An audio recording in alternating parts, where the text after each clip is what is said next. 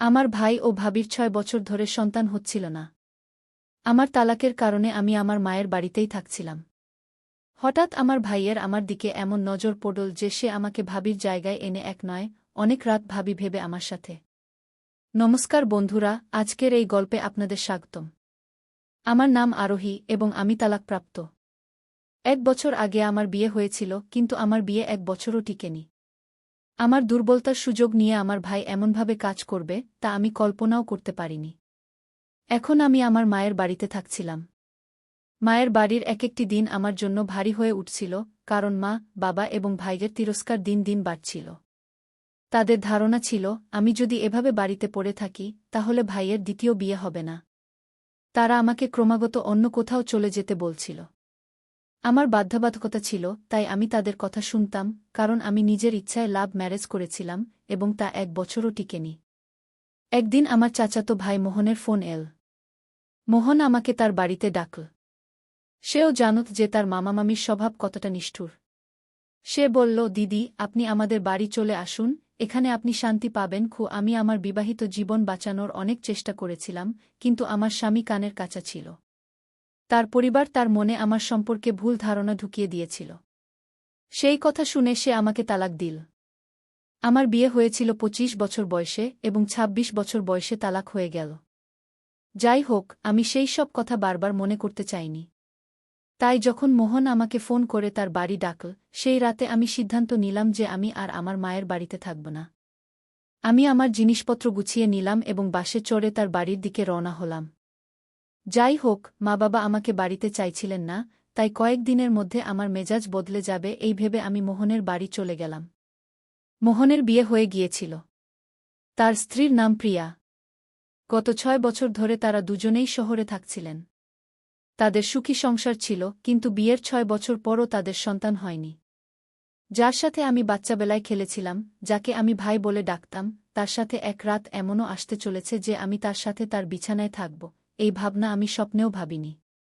মোহন ও তার স্ত্রী আমাকে খুব আনন্দের সাথে স্বাগত জানালেন।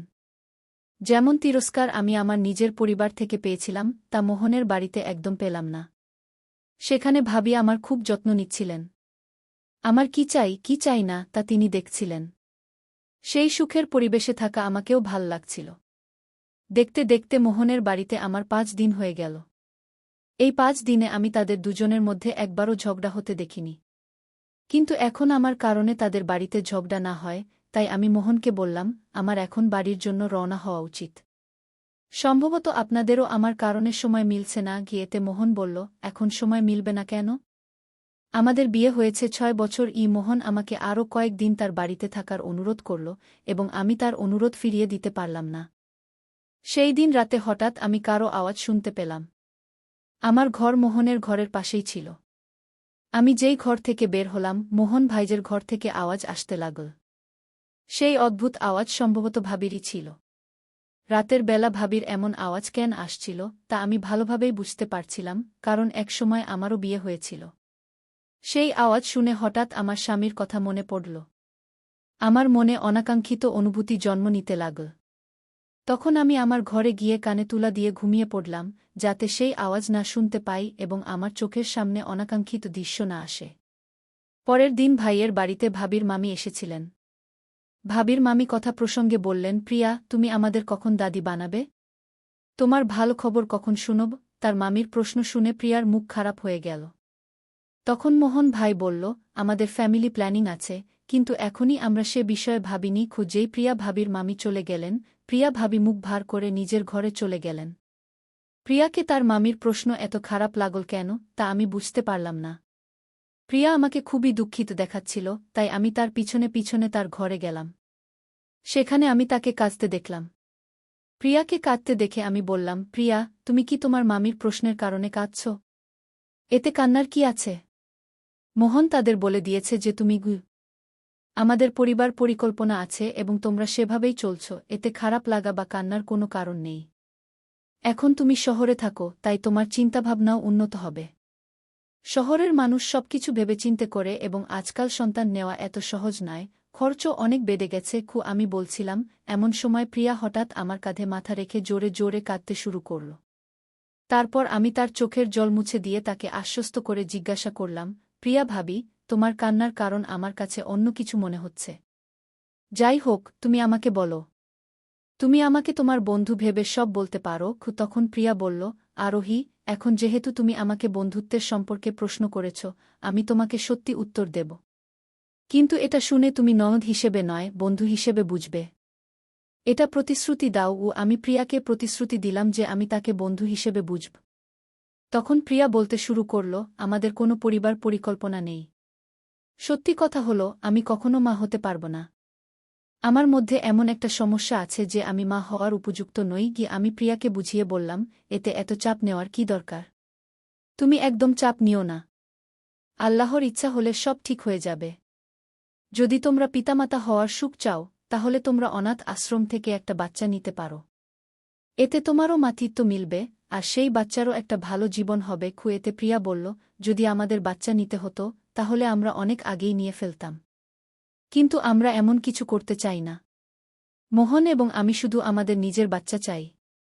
আমার মধ্যে যে সমস্যা আছে তা যদি সমাজে জানাজানি হয়ে যায়, তাহলে আমার খুব বদনাম হবে।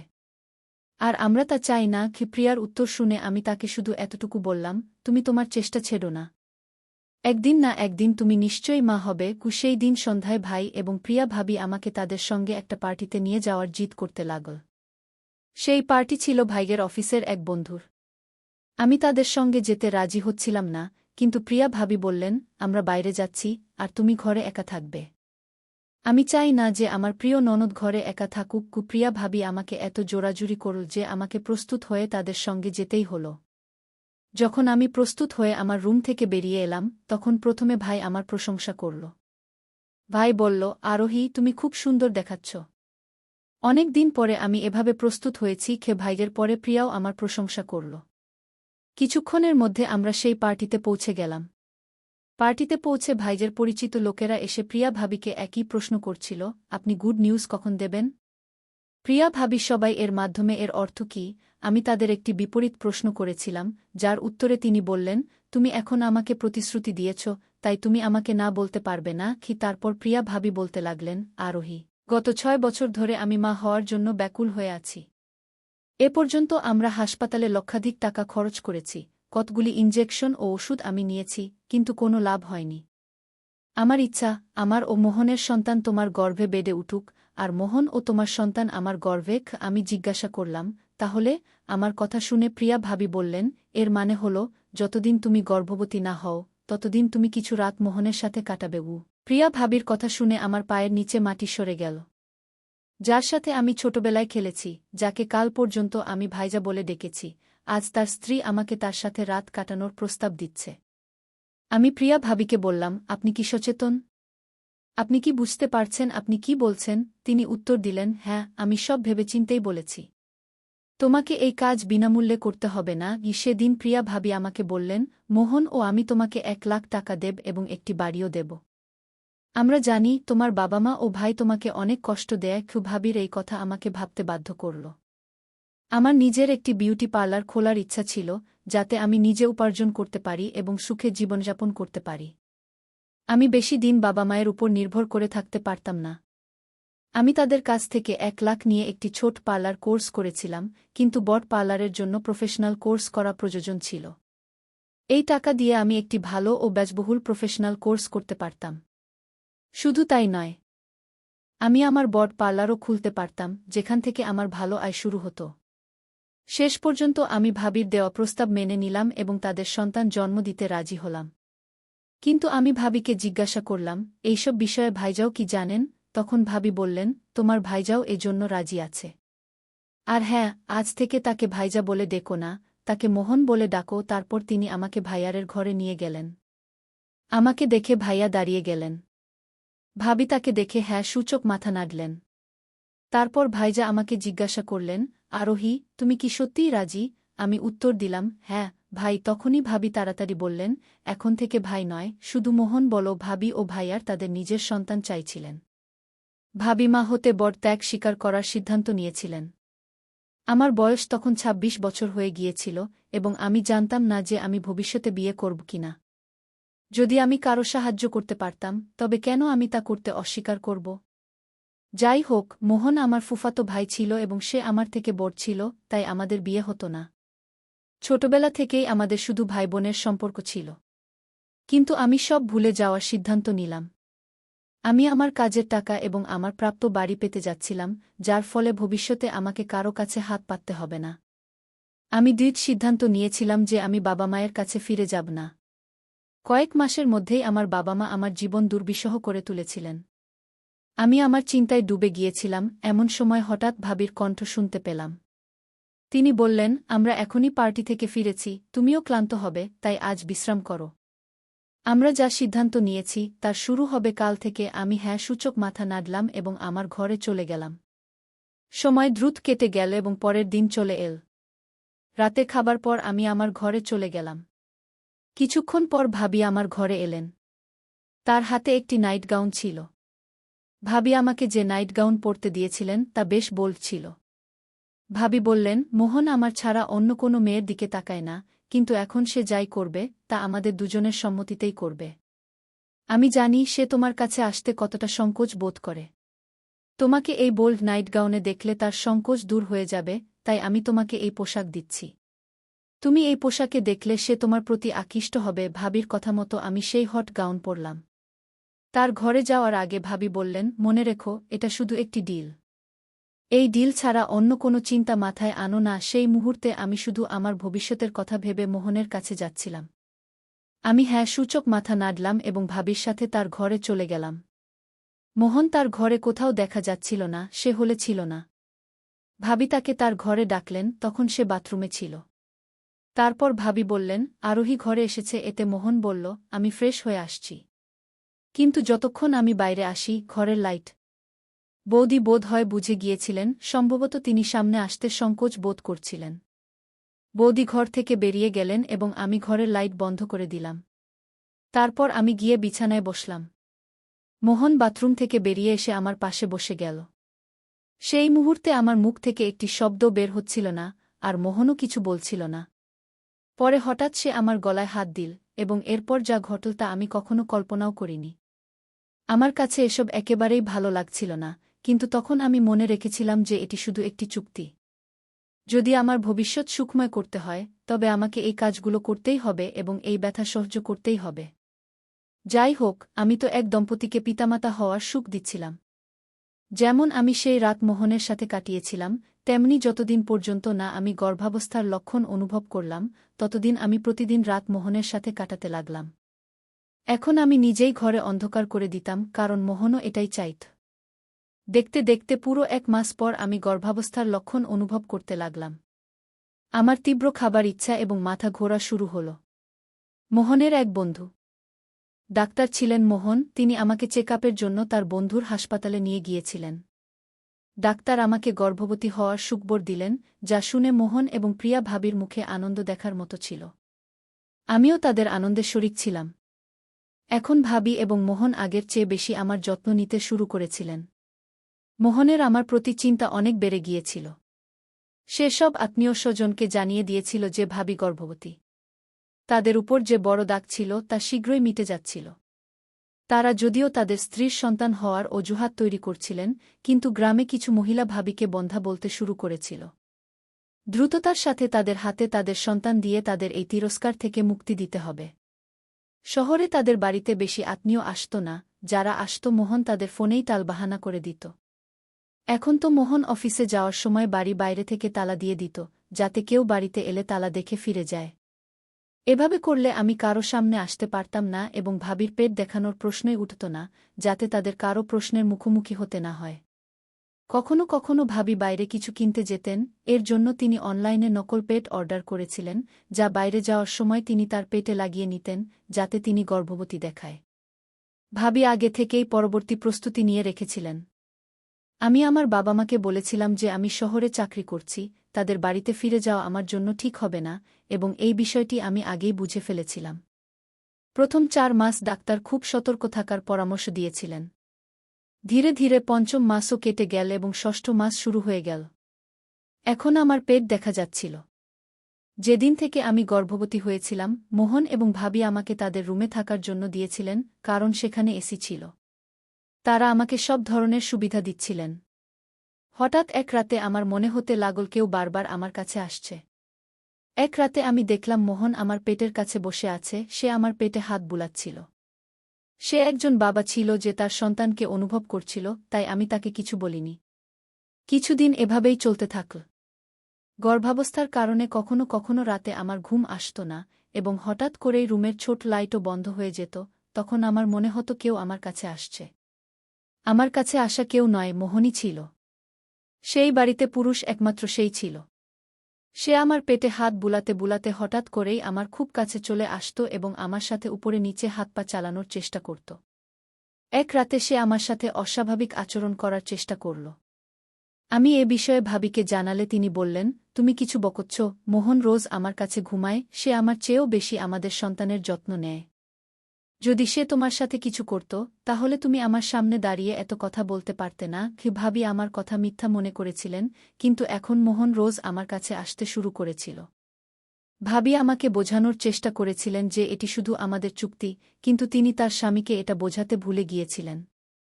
কি মোহন কি আমার প্রতি ভালোবাসা অনুভব করতে শুরু করেছিল? যদিও সে আমার প্রতি ভালোবাসা অনুভব করতে শুরু করেছিল, কিন্তু আমি তাকে ভালোবাসতাম না। এক রাতে মোহন আবার আমার রুমে এল, তখন রুমে সম্পূর্ণ অন্ধকার ছিল। সে আমার কাছে এসে আমার শরীরে হাত বুলাতে লাগল। আমি বারবার তাকে দূরে সরিয়ে দিচ্ছিলাম, কারণ আমার ভারী পেট সামলাতে পারছিলাম না, এবং ঠিক তখনই মোহনের অস্বাভাবিক আচরণ শুরু হয়ে গেল। আমার মনে নানা রকম চিন্তা আসছিল। আমি বারবার তাকে বলছিলাম, তুমি কি করছ? কিন্তু সে কিছু না বলে তার কাজ চালিয়ে যাচ্ছিল। সে আমার শরীরে হাত বুলাতে বুলাতে আমার বুক চেপে ধরল এবং নিচে হাত চালানো শুরু করল, যা আমাকে খুব কষ্ট দিচ্ছিল। পরের দিন সকালে যখন ভাবি আমার রুমে এলেন, তখন সকাল ৮টা বেজে গিয়েছিল। আমার বিছানা থেকে উঠতেও কষ্ট হচ্ছিল। ভাবি আমার অবস্থা দেখে আমার কাছে এসে আমাকে বিছানা থেকে উঠতে সাহায্য করলেন। তখন আমার পেটে খুব ব্যথা হচ্ছিল। যখন আমি উঠলাম, তখন দেখলাম আমার বিছানা নষ্ট হয়ে গেছে। ভাবিও এটা দেখে খুব ভয় পেয়ে গিয়েছিলেন। তিনি তড়িঘড়ি আমাকে হাসপাতালে নিয়ে গেলেন, যেখানে আমার চিকিৎসা শুরু হল। ডাক্তাররা আমার চেক আপ করলেন এবং ভাবিকে সেই কথাই বললেন যা আমি আগে থেকেই তাকে বলছিলাম। ডাক্তাররা সঠিক ওষুধ দিলেন, যাতে কিছুটা পরিস্থিতি নিয়ন্ত্রণে এল, কিন্তু ডাক্তার বললেন যে ভবিষ্যতে এমন হওয়া উচিত নয়, না হলে সন্তান এবং মা উভয়ের জীবনই বিপন্ন হতে পারে। গর্ভবতী মহিলার সঠিক যত্ন নেওয়া উচিত এবং ভুলবশত আবার যেন স্বামী তাদের সাথে এমন আচরণ না করে, এই কথা ডাক্তার ভাবির সামনে স্পষ্টভাবে বলেছিলেন। তারপর আমরা বাড়ি ফিরে এলাম। এখন ভাবি সম্পূর্ণ শান্ত ছিলেন। তারপরই আমি প্রথম কথা শুরু করলাম। আমি তাদের কিছুদিন আগে আমি ভাবিকে বলেছিলাম যে রাতে মোহন আমার ঘরে আসে, সে শুধু পেটে হাত বুলায় না, বরং আরও অন্যায় কাজ করার চেষ্টা করে। কিন্তু আপনি আমার কথা বিশ্বাস করেননি। আজ ডাক্তার যা বলেছেন তা থেকে আপনি বুঝে গেছেন যে আমি মিথ্যা বলছিলাম না। তখন ভাবি আমার কাছে ক্ষমা চাইলেন। তিনি বললেন, আরোহী, আমাকে ক্ষমা করে দাও। আমি তোমার কথা গুরুত্ব সহকারে নিইনি। পুরুষের স্বভাব কখনো বদলায় না, এটা আমি ভুলে গিয়েছিলাম। আমার নিজের ভালোবাসা এবং মোহনের উপর সম্পূর্ণ বিশ্বাস ছিল।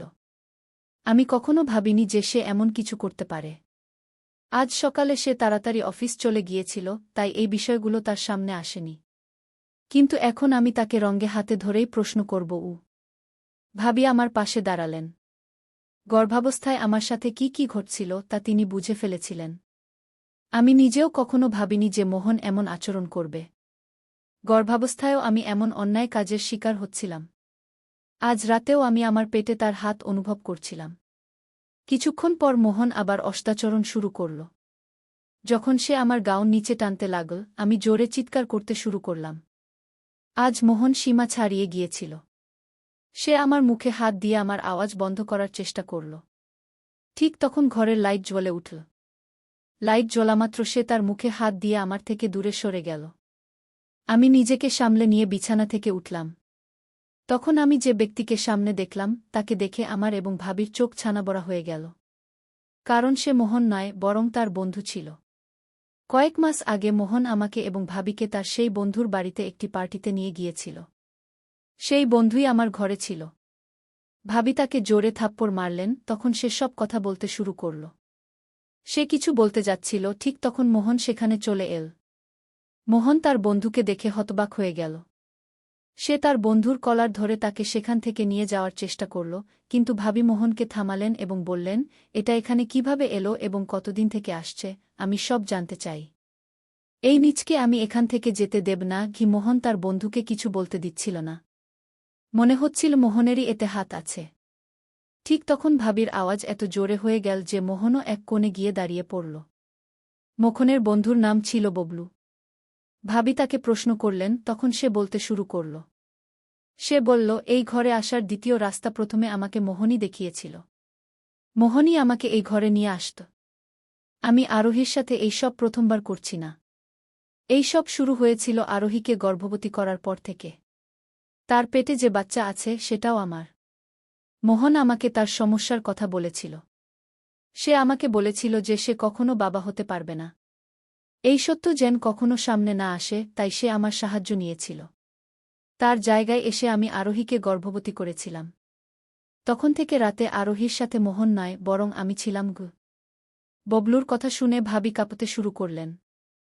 দোষ ভাবির নয়, বরং মোহনের ছিল। আর সে এই কথা বিয়ের পর থেকে লুকিয়ে রেখেছিল। সেই দিন সে তার সব মিথ্যা স্বীকার করে নিল। সে ভাবির কাছে ক্ষমা চাইছিল। সে বল যে তার সত্য যেন কখনো সামনে না আসে, তাই সে তার ডাক্তার বন্ধুর মাধ্যমে ভাবির চিকিৎসা করিয়েছিল। মোহনের কথায় তার ডাক্তার বন্ধু ভাবিকে মিথ্যা বলেছিল যে সে কখনো মা হতে পারবে না। বাইরের সমাজে এই সত্য জানাজানি হলে তাদের খুব বদনাম হতো। এই ভয়ে সে এইসব করেছিল। ভাবি মোহনকে ক্ষমা করেননি। আমার বাচ্চার জন্ম পর্যন্ত সে মোহনের সাথে একই ঘরে থাকতেন। বাচ্চার জন্মের পর আমাকে প্রতিশ্রুত টাকা এবং বাড়ি দিয়ে দেওয়া হল। তারপর ভাবি সেই বাচ্চাকে নিয়ে তার মায়ের বাড়ি চলে গেলেন। ভাবি মোহন থেকে দূরে গিয়ে তাকে ভালো শাস্তি দিলেন এবং ববলুকেও জেলের হাওয়া খাওয়ালেন। স্বামী স্ত্রীর সম্পর্কে মিথ্যার কোনো স্থান নেই, কারণ এই সম্পর্ক বিশ্বাসের উপর দাঁড়িয়ে থাকে। এতে শুরু থেকেই মিথ্যা থাকা উচিত নয়, নয়তো সম্পর্কে দূরত্ব তৈরি হতে সময় লাগে না। তাই বন্ধুরা, এটা ছিল আমাদের আজকের ছোট্ট গল্প।